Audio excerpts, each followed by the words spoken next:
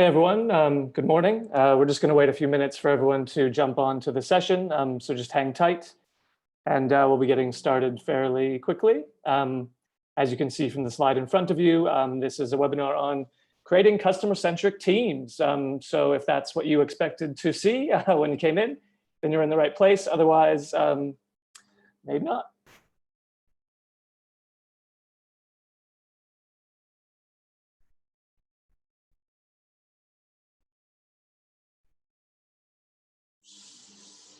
Hey guys, if you just jumped on, we're just waiting a few minutes for everybody to come into the session. I will apologize in advance. Half the construction workers in the world are right outside my apartment at the moment. So if you hear a bit of background noise, that's what's happening. They're chopping through the street. The joys of working from home.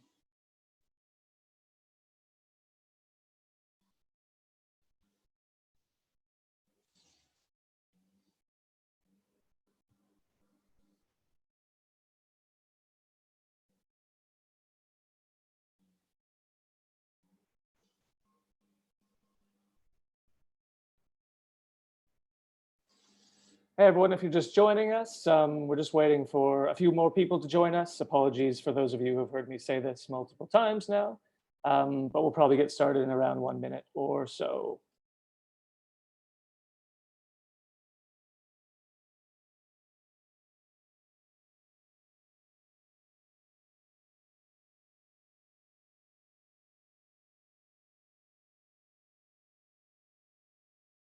All right, I think we're going to kick things off. So welcome everybody. My name is Eric. I work for a company called Academy XI.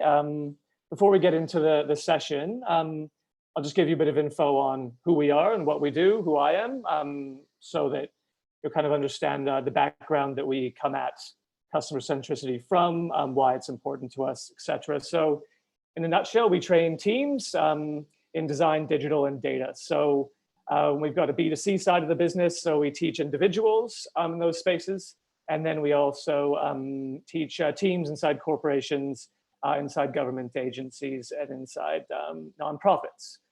So what we're known best for is human-centered design. So the first thing that we ever taught was user experience design.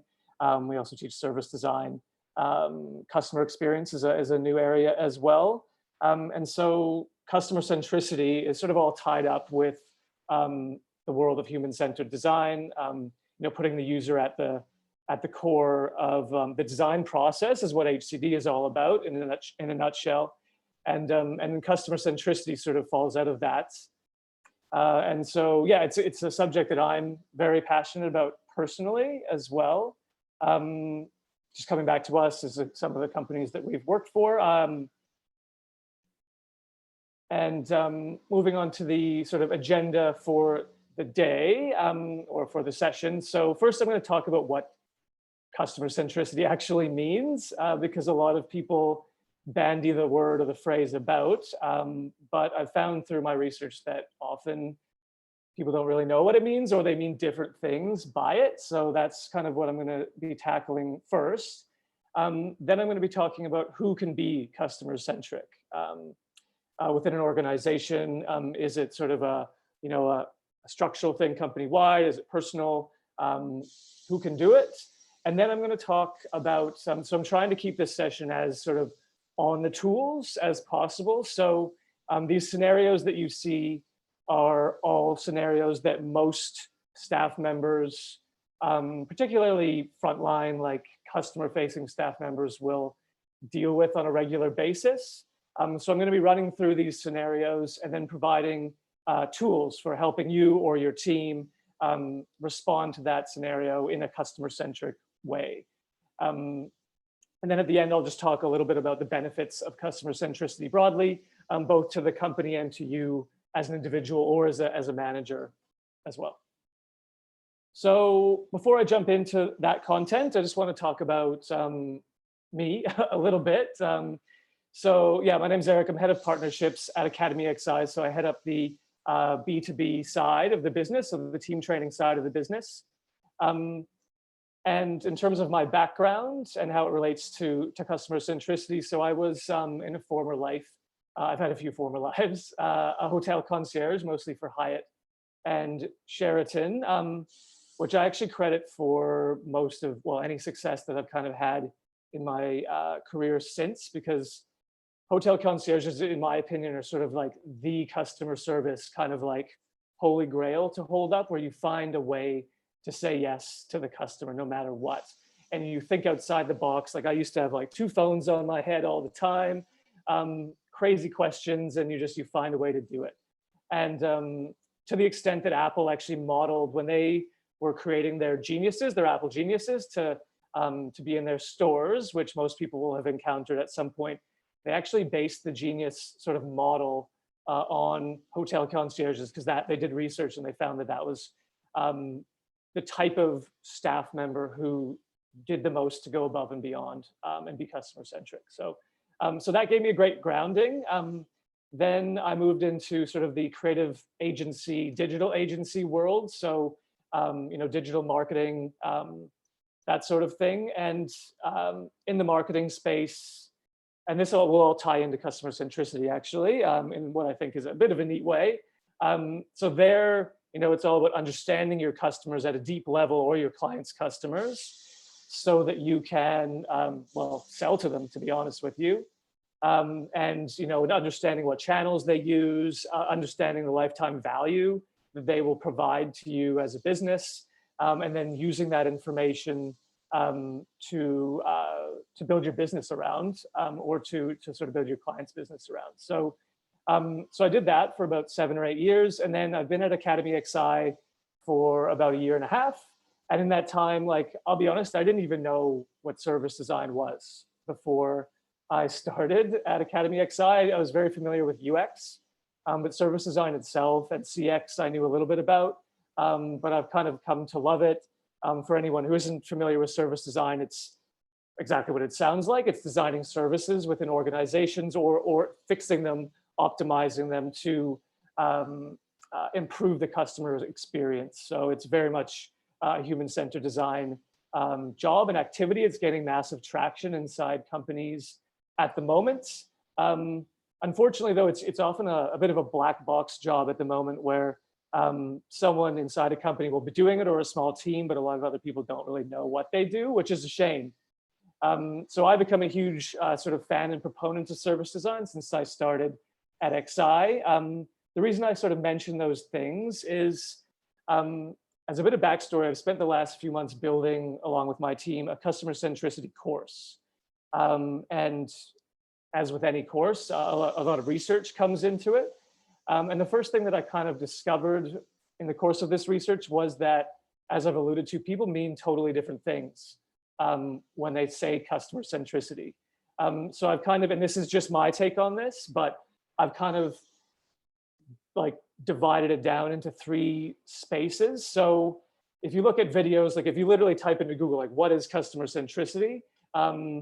You'll some, like, the first type of video that'll pop up is a marketing customer centricity video, which is just my term for it. But you'll hear someone from Google or someone from an agency talking about those things that I was mentioning. So like lifetime value of customer, understanding customers at a deep level, so you can you know, use the marketing channels to find them where they are, engage them the way they want to be engaged, etc. So that is, and that's literally the term they use for that is customer centricity. Then a second type of customer centricity that you'll often run into is more of the service design, like CX, like customer experience type of customer centricity, where they're talking about structuring the business in such a way that it reduces friction for the customer. It's a good experience, broadly turning a transaction into an experience for the customer. So that's like what I kind of just refer to as structural customer centricity. And then finally, there's the third one, which is personal customer centricity, which is what can you in your everyday job, or what can your team in their everyday jobs do to be customer centric, to put the needs of their users, of their customers first. So this session, I'm going to focus on personal customer centricity. All 3, I think, are totally valid. They are part of it. It's a little confusing, obviously. Different people will have different opinions on this. Some people might say, hey, the personal customer centricity, that's not what that is. It's the structural piece and the marketing. It's probably an interesting debate to have. But for this session, yeah, I'm going to focus on the personal because it's something that I found that it doesn't get talked a lot about. I actually have also built, project managed a 2-day course build for one of my major clients, a customer centricity course that was a personal customer centricity course. And the subject matter experts that we brought in to build that course were like, this doesn't really exist. Like there is a surprisingly weak amount of training out there for it. There's a surprisingly small amount of people talk about it. Like people love to put posters up on walls. Be customer centric, do this, do that. But when it actually comes to telling an employee, or not telling, but giving them the tools to be customer centric, it's becomes very thin on the ground, and all the managers suddenly run away and there's nothing to be found. So people end up just finding their own way to do it, which is fine. But there's got to be a better way. So, and there are tools people can use. So that's what this is about. So I've got a question for people, and you can fire it into the chat if you want, or just have a think. This is kind of just meant to spark thought. So is it possible to be personally customer centric in an organization that is not structurally customer centric? So that's kind of a meaty question to kind of roll around in your brain, but I think it's quite an interesting one, because look, when I've been in sort of customer facing roles in the past, if you know that a process that you are working inside is broken, there's this kind of tendency to go like, well, it's not my fault. There's nothing I can do. This is a broken system. The company needs to fix this before I can do anything about it. And I don't agree with that. I don't think it's true. So my answer to this, is it possible to be personally customer centric in an organization that is not, is that yes, it is possible to do that. So as an example, have you ever been trying to buy something, maybe something slightly complicated online, and just the website is crap, like you can't figure out where everything is, the hierarchy of information is wrong, like the nav across the top is bad. You phone them up and you get the pre-recorded, like the sort of like big tree of doom where you're like pressing buttons and going around and you're not finding anything that you need, and you're about to give up, you're super mad, pissed off, and you finally somehow, by pressing 0 or something, you get a real person, and that person just gets what you're trying to do. They understand you, they're friendly, they're positive, and they just solve your problem for you, and they get it done in a nice, quick, efficient way. So that is an example, and you walk away happy at the end.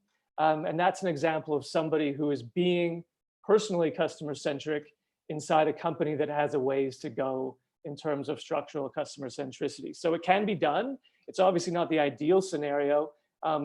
It's pretty easy to run your staff into the ground if they're having to put out fires based off of process that they shouldn't have to do. And if those processes were simple and smooth and frictionless, they could just focus on understanding the customer, befriending them, and solving their problems instead of putting out fires all the way through. So it can be done. It's just much harder. And then straight into another question: can non-customer facing staff still be customer centric? I'm not going to do the whole question answer thing. A hint: yes, they can be, for 2 reasons. One, no matter what you do for a living, whether you're business services like operations, marketing, finance, legal, whatever it is, whatever you do is eventually going to have a knock-on effect that is going to affect customers. Like and then the second one is that many companies refer to their staff as internal customers. So if you, as an employee, think of your colleagues as internal customers, suddenly that kind of is going to change the way that you think. And if you think, okay, I'm going to be customer centric when I deal with my colleagues, that's going to have a knock-on effect that's going to eventually affect the end customer. Because if someone who does speak to the end customer goes to you for help, and you're just like, nah, whatever, I don't care, or you're just policy to the letter and unfriendly, or just cold, or just disengaged, that's not going to give them the tools they need to then turn around and help the end customer. So Yeah, I think that's a big problem. And so when I built the 2-day course with a client of ours who's a major general insurer, that was a big part of what they wanted to do. They wanted to clarify that, everybody can be customer centric. Just because your business service is back of house does not let you off the hook. And I mean, off the hook, it depends how people think. Or, people want to be customer centric, but they don't know if they can because they're back of house. And so it was really about telling them that yes, they can, and here's why, and here's how you can do it. So on the how you can do it note, let's transfer into the scenarios. So as I mentioned before, these scenarios are pretty broad. They're things that most people will encounter in their day-to-day life. So this is for you guys, whether you just are a team member or whether you're managing a team of people that are customer facing or not. But you want them to be, behave in as customer centric a way as possible. Here's a scenario that they will encounter on a regular basis. So, and then I've got 4 tools that you can look at to help either yourself or your team be customer centric in this scenario. So dealing with a vulnerable customer or colleague. So we've all been there. Somebody phones you up or you get onto a conversation on email and you can just tell that this person is they're either upset or they're pissed off, something's going on. You often don't know what happened to get them to that state or to that stage. They've reached you at some point in the customer journey. And now you just have to do the best that you can in that situation.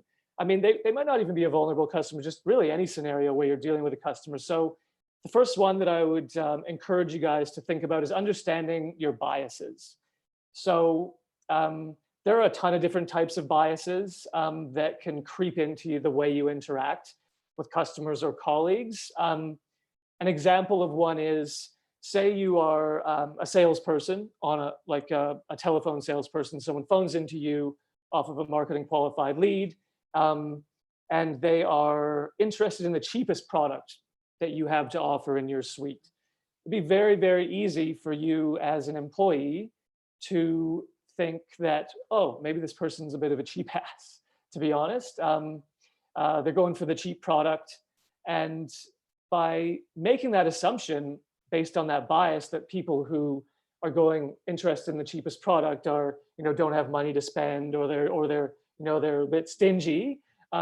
One, you're probably not going to try to upsell them, which is bad as a salesperson because you don't know. Maybe they just don't know about the more expensive product.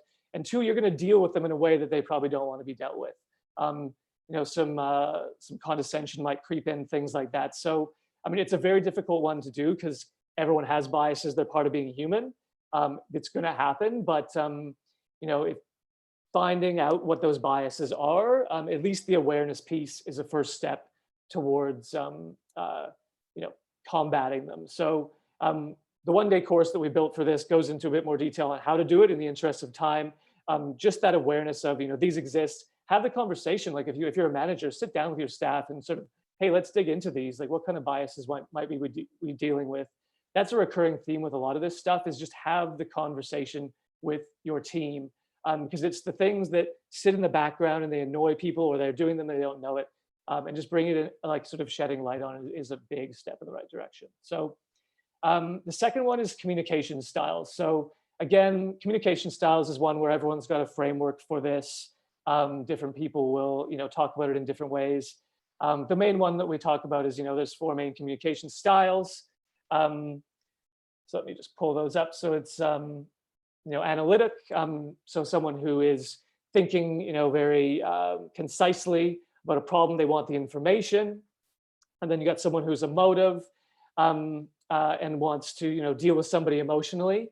And I won't go into too much detail on the actual styles. You can look those up online. But what I mainly want to focus on is when I was a concierge, if someone came up to the desk and they were super high energy and they were, coming from an emotional perspective, I would match that energy. I would try to bring myself up to their level so that they were comfortable with me and, they got engaged.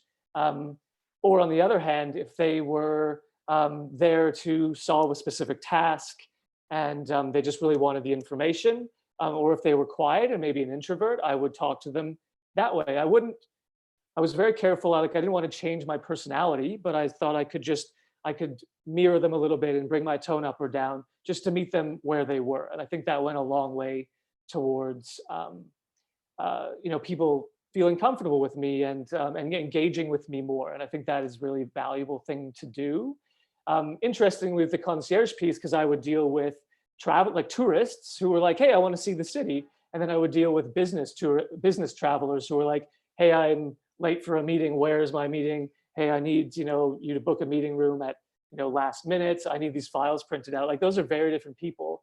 And to be honest, if you went up really bubbly and like over the top with a business traveler, like they're not going to enjoy that. So you want to think about how that person is going to react to you, and you can gauge those cues by observing the way they communicate. So definitely have a think about that. Active listening would be a third one, kind of in the same vein. You'll see kind of the recurring theme threaded through most of these, with the exception of the last one, actually. It's empathy. It's being able to understand the person's problems, put yourself in their shoes, and come at the conversation from where they are. So with active listening, it's a really simple one, but a lot of people maybe don't do it as much as they can. It's making someone feel heard and understood. So if you're sitting there, I think introverts, not to pick on introverts, but introverts can have a little bit of trouble with this because they're very focused on absorbing information, because they want to think through what they're doing before they provide a response. And so the great thing about that is that response that they give will be considered, and they'll think everything through. But one of the downsides is that while they're listening and absorbing that information, they can forget to give verbal and physical cues back to the person that they're talking to, about, just to show that they're listening, that they've understood what that person's saying. Try not to go over the top with it, like, because it just seems fake. And the last thing you want to do is seem like a fake, customer service rep or a salesperson or whatever you're doing, even just a regular human. I'm like, anathema to me is fakeness. I hate it. I hate being it, and I like call myself out on it when it happens, and then I hate encountering it as well. So, but just little things like, so what, like, and feeding back is great. So what I hear you saying is, and then repeat back what they've said to you, just nodding, smiling, making appreciative sounds. It's not rocket science, but it goes a long way, especially if you're dealing with someone who is in an emotional state, or who isn't really comfortable speaking, like if they're introverted, and maybe just even communicating with you, their problem is hard for them. And if they feel like they're just getting a blank wall and nothing back, they will clam up and you won't ever find out what you really need to find out from them. So those are all quite empathy based. This last one's a bit interesting. I've actually pulled it from the world of CX, customer experience. So it's called the peak end rule, and I think it's a neat one for people to know. It's maybe a bit of a hack for customer centricity. So researchers over the years, like CX practitioners and strategists, have discovered through data analysis that when a individual goes through a customer journey with your company, afterwards they won't necessarily remember the whole thing. What they will remember, though, is they remember either the best or worst part of the entire journey, not both, but either the best or the worst, whichever one was better or worse. That's a bit confusing. The best or worst moment during the journey and the end. And those are the two moments that they will remember. So if you are, and we'll get to constraints later, but if you are, as a staff member, or you're managing a team where maybe there are structural customer centricity constraints on them, some of which may be completely unavoidable, and you know that you can't make the entire customer journey fantastic, try to focus on either mitigating the worst moment, making the best moment really good, and then the ending, like hammer in on making, how do we make the end, like the last interaction with that customer, as good as it possibly can be. So if you can do those two things, you've gone a long way towards instilling a good memory of the journey in that customer's mind. So I thought that was a super interesting one, which I've started trying to implement in my life as well. Oh, sorry, I forgot to do something. So we're going to do some polls through this. I forgot to mention this. So my colleague Marina has just posted a poll. So either for yourself or for your team. This is probably partially a sneaky way for me to get data, and partially just to get your mind working. Which of these four could you see being valuable to you or your team? Like, is there one you're not using that you think you could, or you'd like to? Just interested to hear what you guys think.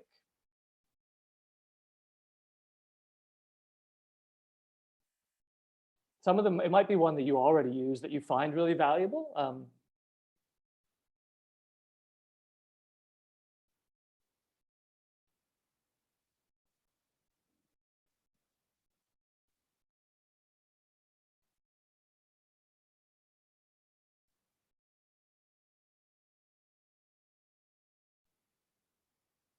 All right, let's see what we have to see. So pretty even. Yeah, people kind of liking all of them. Active listening is the minor victor with 35%. So yeah, it sounds as though you kind of think all of them could be useful. I mean, ideally, you'd use all of these, or you would talk to your teams about all of them. You would incorporate it into your into how you manage or how you perform your job. I mean, honestly, there's a lot of information to take in here. If you can pull 2 or 3 of these sort of things out of today and sort of research them a bit more and go and implement them, I would call that a win. But yeah, thank you for the feedback, and we'll do that for each of these scenarios as well. Okay, so scenario number 2, understanding customers and colleagues better. So this is where either you as a manager or you as a team member, you're dealing with customers, like a series of customers, and they're coming to you and there's something going on with them. They've got a problem and you don't really understand it. It could be originating in another part of the business. It could be that you just haven't really nailed your sort of your product market fit. I mean, it could come from a number of different things, but there's something going on here and you don't know what it is, and you want to find out more. You want to get to the bottom of the problem. So here are some tools. These are drawn very, very directly from human-centered design. So UXers use these, like user experience designers, user researchers use these when they're designing products and services. Service designers use it as well.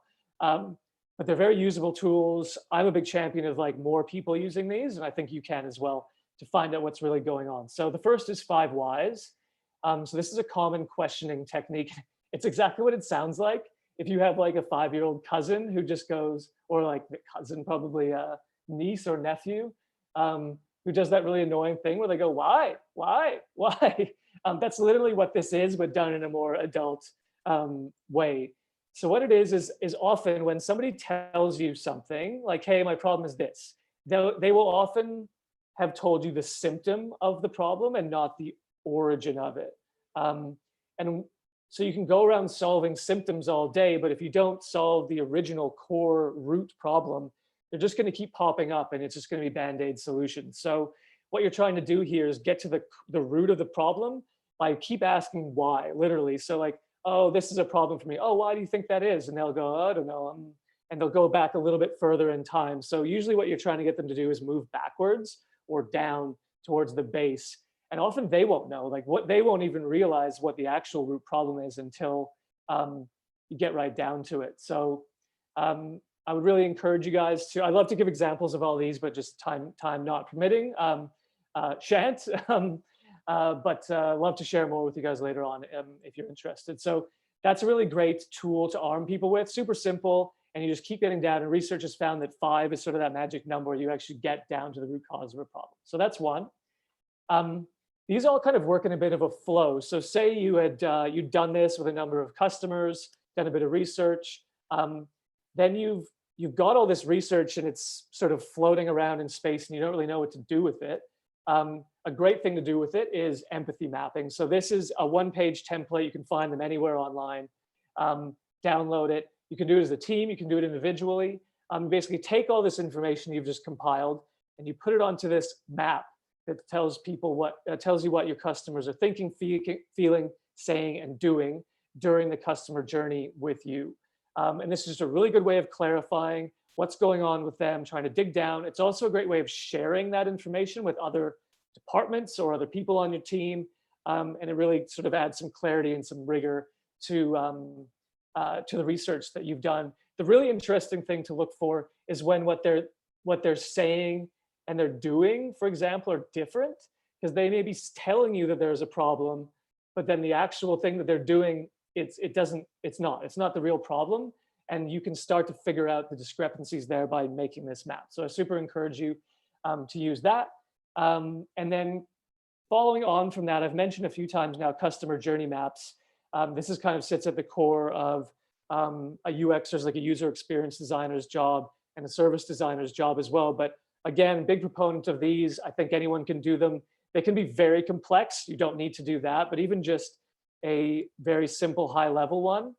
The reason why I sort of would push you to think about doing it or introducing it to your team is I've talked quite a bit already about, hey, a problem is coming from a different part of the business. And we don't know what's happened over there because there's silos in play. Customer journey maps are great for just being like, what did a customer do to get to you? Like who have they gone through? And then if you kind of have that map, you can start to think like, okay, was maybe this where the problem originated? And then with your 5 whys, you could start to maybe dig in, try and figure out where it's happening. Because if you can't figure out where a problem originates, it's very hard to solve it. And then you just go into like, sort of just like, oh, just need to solve my bit and get this person out of my space thing, which is the real killer of customer centricity, is where everyone's just like, process is broken. What can I do? I just want to like get people out of my space. So that could be a great way of combating that. So now we're going to do another poll. We'll do these a little bit faster as we move through. Anything you guys could see from this, and be honest. I mean, if you just don't think it's relevant, I mean, no one's going to know because you just don't put anything in, but nobody's going to be offended. But yeah, just love to hear what you think might be useful in either your job or as a manager for your team.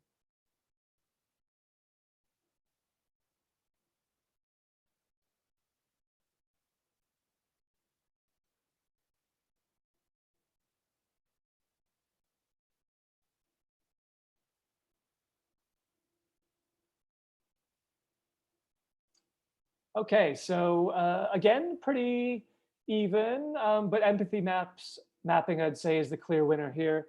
I'd say, yeah, if there's one to really focus on, the great thing about, so an empathy map in the world of human-centered design, which I've mentioned a lot, I apologize if it's not something you know that much about. If you would like to know more about it, we've got a whole library full of previous webinars, many of which are on this topic, and we run courses on it, etc. Empathy mapping is an example of what's called an artifact in human-centered design. And really what it's about clarifying your own thought processes, but also, again, it's about the ability to share that with other people. So if you are, like say you're a manager and you're encountering a customer-facing problem in your team, and you go to your line manager and you're like, hey, something's going on here. And they're like, okay, I don't know, like, and you're just not really getting much of anywhere with them. Artifacts are things you can pass up the line and be like, here's what's happening. Our customers are saying this, but they're doing this. It's a problem. We need to change how they think, feel, and say, like I always do this, think, feel, say, and do about this thing. And it starts to lend clarity and again, rigor to your arguments so that you can get buy-in to make changes if you need to. So yeah, thanks for that. Moving forward. So scenario number 3. So solving problems for customers and colleagues. So this one is really around something slightly outside of BAU, like business as usual has happened. You as the employee or the manager don't really know the answer yet. And I mean, one thing aside from the 3 that I'm going to talk about here is, I mean, for anyone, don't be afraid to say, you know what, that's a great question.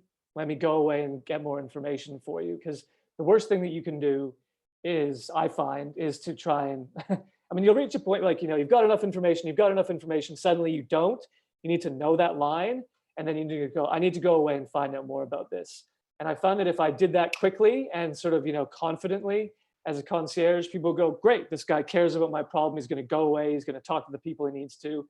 And then also though, set an action, like I'm going to go away, I'm going to talk to you, talk to who I need to talk to, and then I'm going to get back to you by this time, or try to set some parameters around it so that they're like, I feel confident this guy will get back to me, and in a time frame. So if you can do that, then you go away, and then these are tools that you can use. So the first one is problem statements. So this is drawn from the world of human-centered design as well, but it's a lot of the HCD stuff, human-centered design stuff that I'm talking about it's pretty broad and out there now, and people are using them.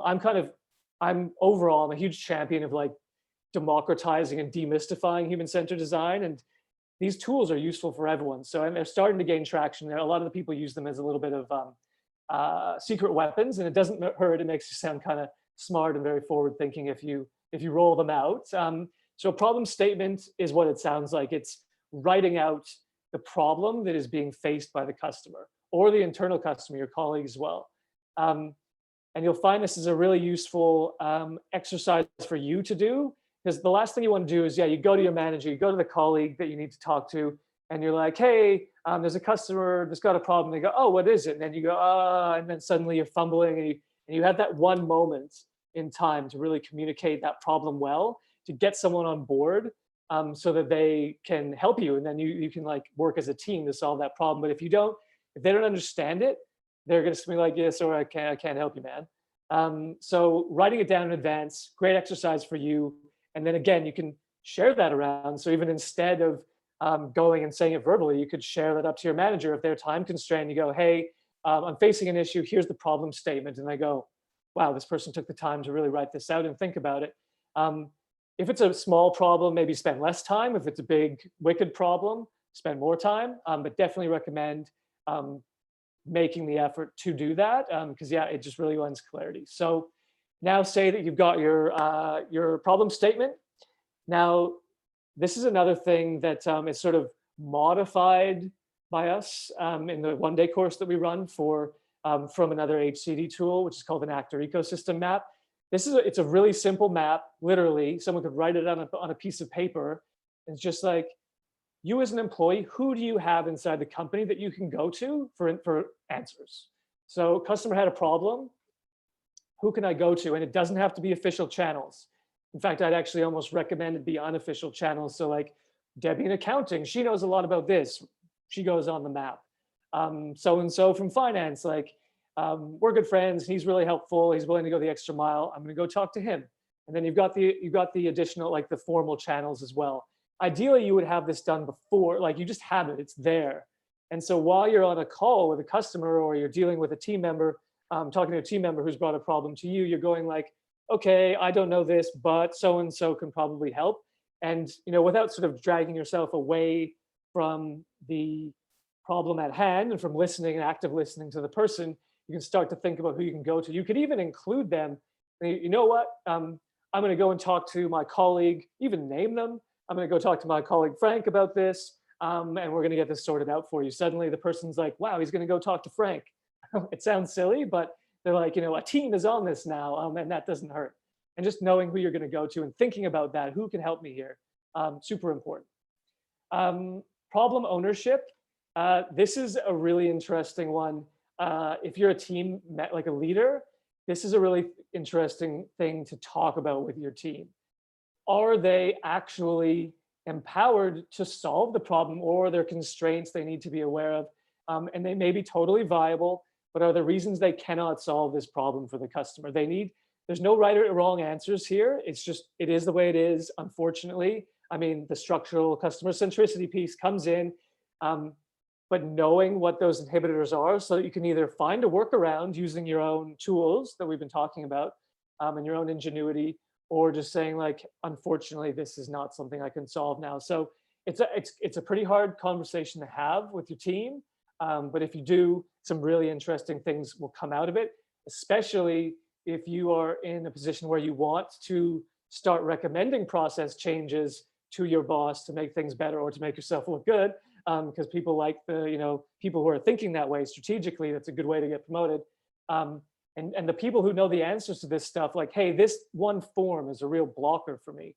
I'd love to be able to solve this problem, but I can't because of this form. Okay, done. Let's fix the form. Things like that. So have that conversation if you can. It is tricky though. And scenario number 4. Oh, no. Thanks, Marina. Um, Same deal, you guys will get the picture now. Any of these that you think would find valuable in your work life?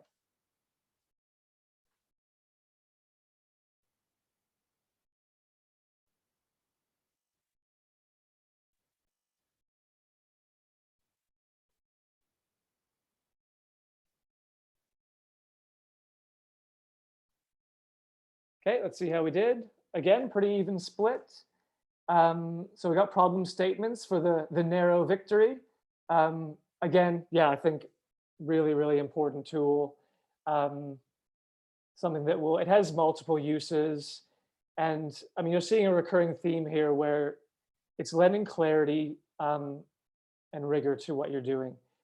People tend to, you'll understand something really well in your own head, but as soon as you go to communicate it, unless you kind of put it into a formula that is really easy for other people to understand, things get lost in translation.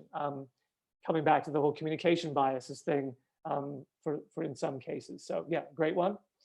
Okay, so scenario 4, another really interesting one. The needs of the organization and the customer are in conflict. So this is kind of a follow on from this problem ownership piece that I talked about just before. So here are some tools that you can use. I'm running, yeah, I'll probably end up going to about 10:2, and then we're going to have some question and answer time.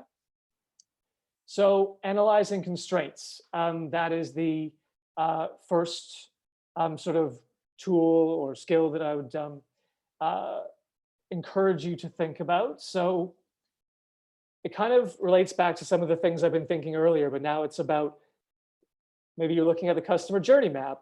Okay, so there's some reason in here why I can't implement the solution that I've found. And often, like you're going to find that out because your boss has said, "Hey, no, we can't do that," and that sucks because you're like, "What? Well, why can't we do it?" And they're like, "Well, you just can't do it." And you're like, "They've just made that up. It's not a real thing. We're not a customer-centric company. This is terrible."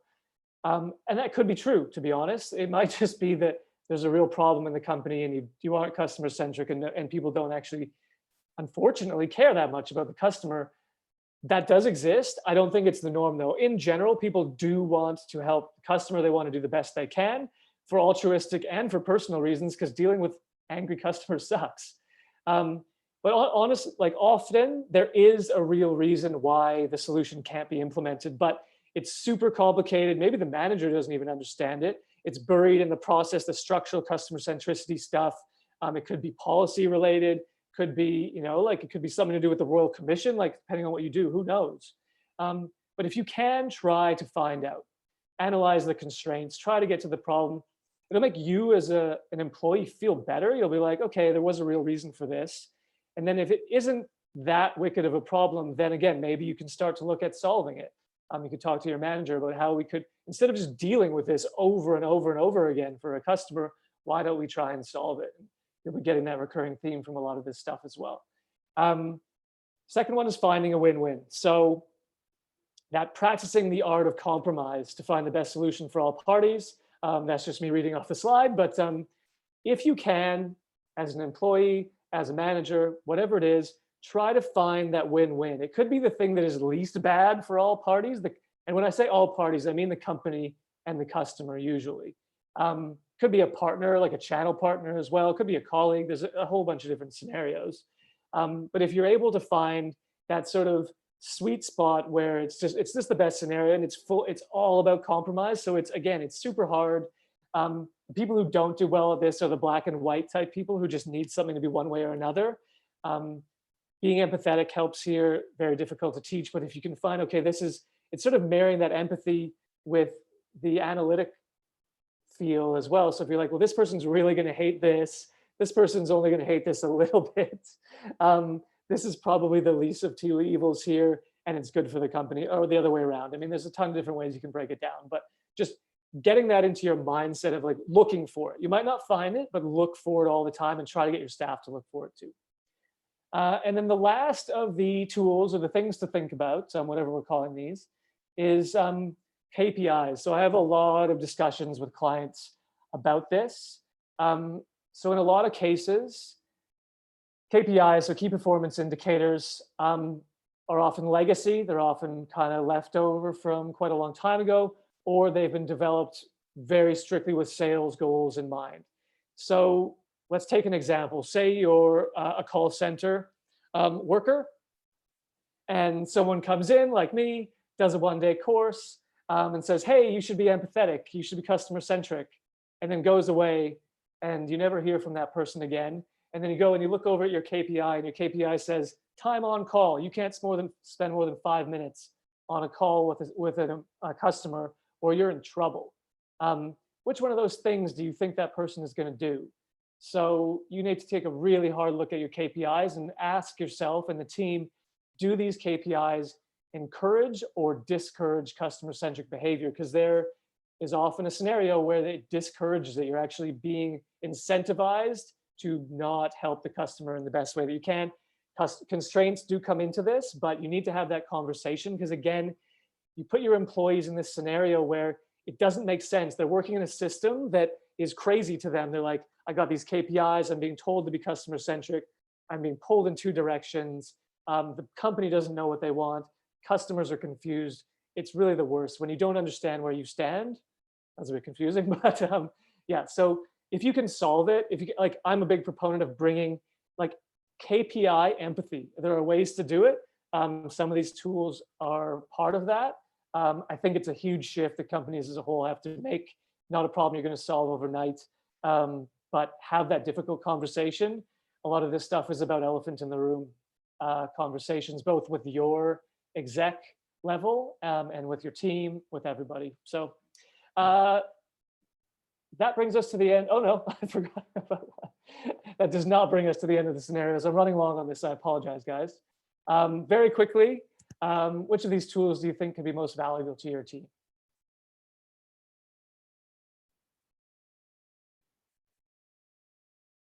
Or to yourself?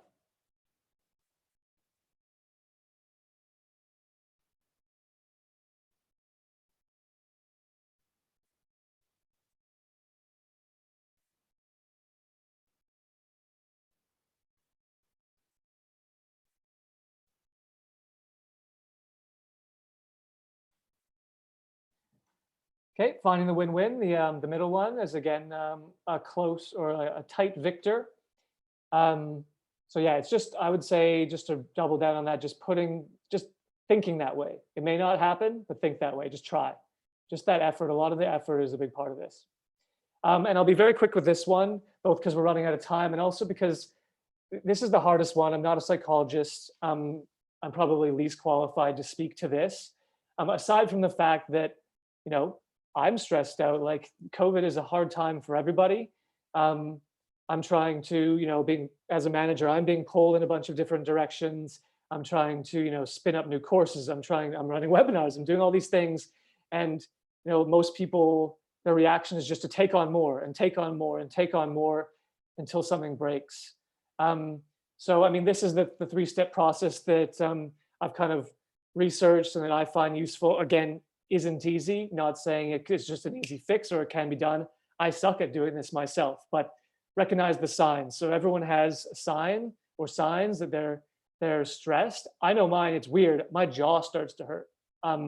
It's because I'm clenching my jaw. It's only developed like in the last few years, and it's obviously of concern. I don't know why, but it's a thing, and I'm aware of it. So when I do recognize, when my mind's as clear as can be. So when my jaw starts to hurt, I go, whoa, I need to calm down, take a step back, whatever it is for me, you know, go swimming. Some people it's meditation, whatever it is, find that thing. What I want to focus on more just quickly though is not what you do when you recognize the signs, but how do you remove that stressor? So like, again, very difficult, but I'm going to speak from a work scenario here. Locate the source. Sometimes it could be I've got a huge project, the deadline is unmeetable. I already know that, but I'm just going to try and try and try, push myself to the wall and kill myself attempting to get this thing done. The outcome's not going to be good. You're going to push yourself to the wall and past, and you're going to burn out. And that happens more in COVID than ever before. Sometimes, and I would encourage you to think, if I go to my manager, for example, and say, I'm not going to make this deadline. I just can't do it. It can't be done. I either need help or I need an extension. try to find a solution to put in front of them or ask them, hey, what do you think a solution could be? You might be surprised by what they say. They go, cool, okay, yeah, let's get you the help you need. Suddenly the problem is gone. You've solved the problem together. And maybe it wasn't such a bad thing. So try to think of the worst case scenario. If you did go and do that, they go, oh, you're a terrible employee and you're fired. Like, do you really think that's going to happen? In almost all cases, it will be no. So try to think that through. And if you can, then yeah, remove it or minimize it. Take steps to take it away from you. It's not going to solve all the problems that you have or all the stresses that you have. Some of them are unavoidable, but you can at least get rid of the ones that you don't have to carry with you, like an anchor around your neck. So now that was actually the end of the scenarios, and let's do the last poll. You can tell I've never run this before, so thanks for bearing with me. It's all new material. I'll spin it that way. This is brand new, fresh off the presses. And stuff you can tell, hopefully, that I'm really passionate about and that I think it's starting to get talked about more in business, but we're not by any means there. And then throwing virtual working into the mix with COVID has obviously just made it way more complicated. Okay, a tie with this one. So recognizing the signs and locating the source. Yeah, just again, things to think about if you can. So that brings us actually to the end of the scenarios. So just some benefits of being personally customer-centric, very hard term to get out, by the way, repeatedly at speed, either as a team or as an individual. So improve the customer experience by processizing empathy. So bringing some tools and a process into how do you be empathetic, because you can do that. Deliver tailored service by encouraging staff to flex their communication styles, so try and go up or down based on their sort of, what the customer is feeding to you. Reduce churn, so cut like employee churn by empowering staff to dig deeper into problems. So instead of them just having to deal with a broken system over and over again, empower them to look for a solution, and you'd be amazed at what they can come up with because they're the ones dealing with this on a day-to-day basis. Increase collaboration between silos by providing visibility on the customer journey. So that's, again, I used to hate it as an employee when I felt like I just was there, like, here's your little box, work inside it, don't go outside of it. It's not your business what the rest of the business does. I hated that, and it's not good for career development either.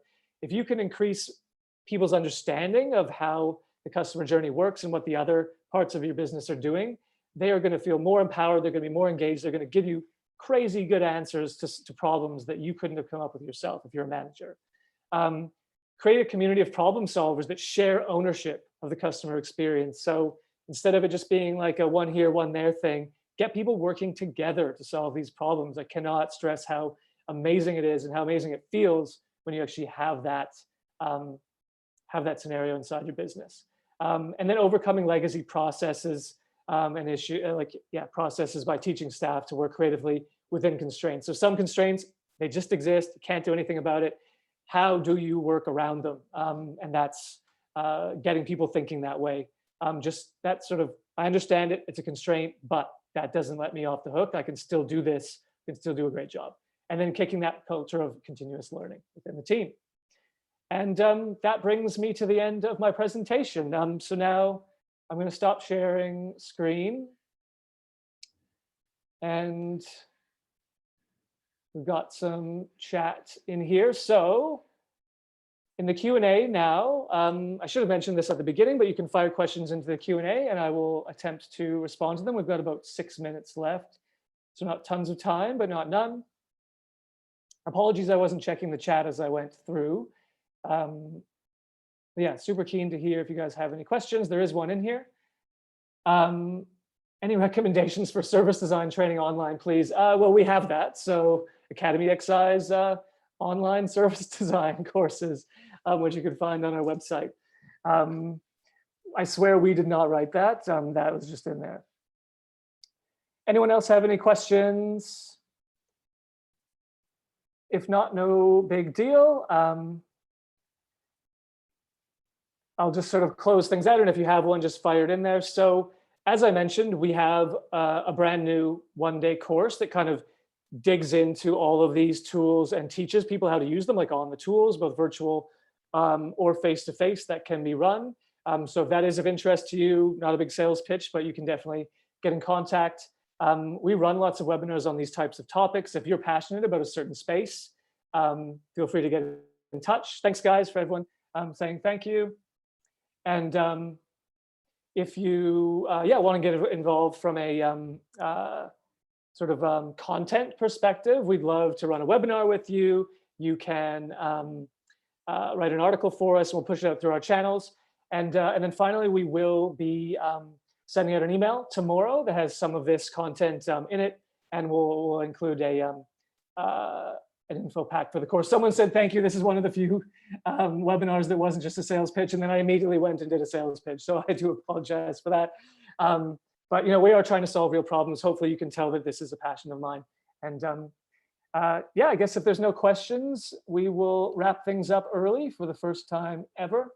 Oh, there is actually another question. Sorry. So any tips on helping managers embody customer centricity on a personal level? So I think that probably what you're asking is, how do you sort of lead? How do you lead customer centrically? And so your staff see that you do this stuff yourself. I think bringing in some of the tools for them and showing that you've thought about it and helping, like enabling them and empowering them is big. And then if they just see you employing these, like we talked about internal customers, your staff are internal customers. So, I mean, if you take the time to do active listening, to leave your biases at the door, to match their communication style, like they're going to, they're like, wow, this is a person who like, they do all these things, they live it, they walk the talk. I think that's the best way to go. Like I just try to be the way I want other people to be, really. I don't know if that's a great answer or rocket science, but that's just my take on it. So thank you for the question, really good. So again, thank you all so much for coming. I really appreciate you taking the time out of your day. That follow-up email will come tomorrow. You could also follow our LinkedIn showcase page, the Academy XI team training page. That's got tons of content coming out of it all the time. You can add me on LinkedIn or reach out, respond to the email that goes out tomorrow if you have a question for me on any subject. So thank you so much and have a great day. Bye, guys.